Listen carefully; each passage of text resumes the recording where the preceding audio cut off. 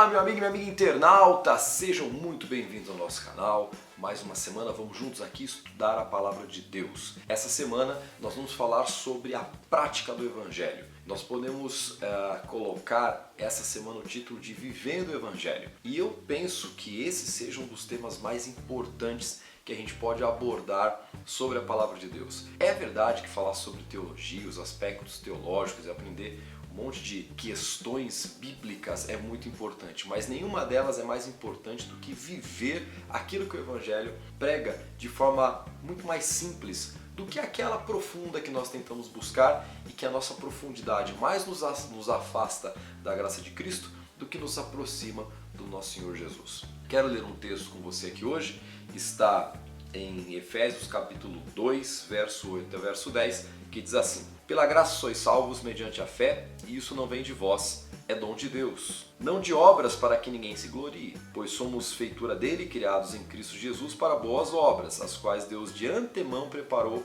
para que andássemos nela. Olha que coisa interessantíssima. Diz que pela graça de Cristo nós somos salvos.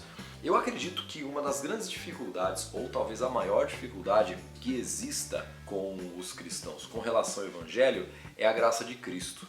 Aceitar a graça de Cristo é algo muito complexo para a gente, porque nós somos acostumados a vivermos de uma forma que para ter as coisas eu preciso fazer algo. Ninguém tem nada de graça, absolutamente.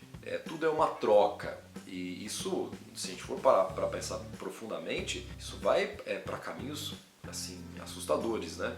Por exemplo, tem pessoas que têm relacionamento de amizade porque pode ter um benefício próprio, tem pessoas que vão para a igreja. Quantas pessoas vão para essas igrejas aí porque querem um emprego, porque querem resolver uma questão familiar, porque estão sem dinheiro, porque está com problema de saúde, enfim. Muita gente acaba usando a igreja, Jesus, o Evangelho, como moeda de troca.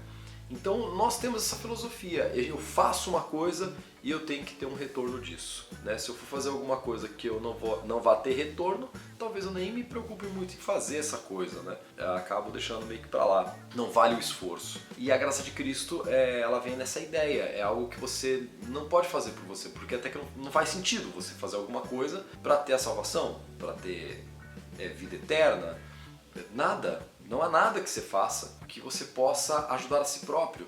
A graça de Cristo é de graça. Eu sempre digo isso, nós somos salvos não porque nós fazemos, mas por aquilo que Cristo fez na cruz por nós.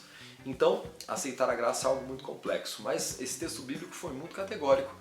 Paulo dizendo à igreja de Éfeso, pela graça vocês são salvos. E isso não vem de vocês, isso é um dom de Deus.